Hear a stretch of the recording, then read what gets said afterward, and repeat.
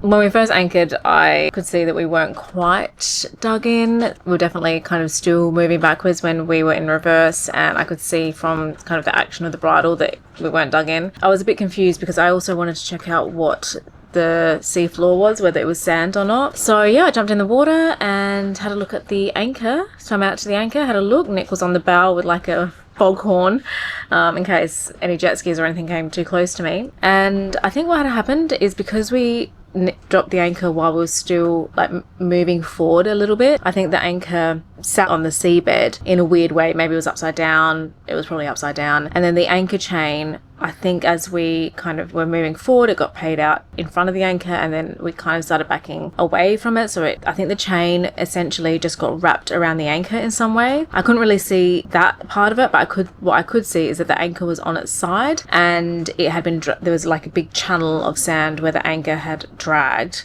while we were trying to bed it in. So I called out to Nick and I said, just try and reverse and actually bed the anchor in.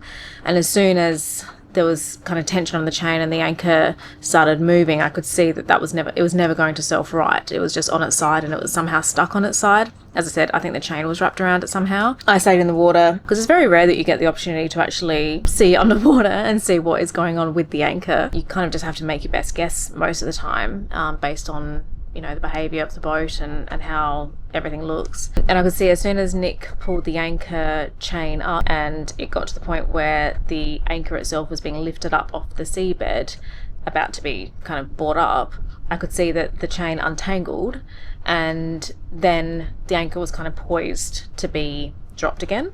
So I said to Nick, okay, stop, pay out the chain, try and reverse a little bit because there's no wind to push the boat back, and pay the chain out. And we did. And once Nick reversed on the anchor to try and bed it in, the anchor was originally at that point kind of facing in the right direction, so kind of facing down, and then for reasons that I don't understand, as soon as Nick put some tension on the chain, it went onto its side. But then as soon as the anchor actually started to move in the sand, then it self-righted and it dug in straight away.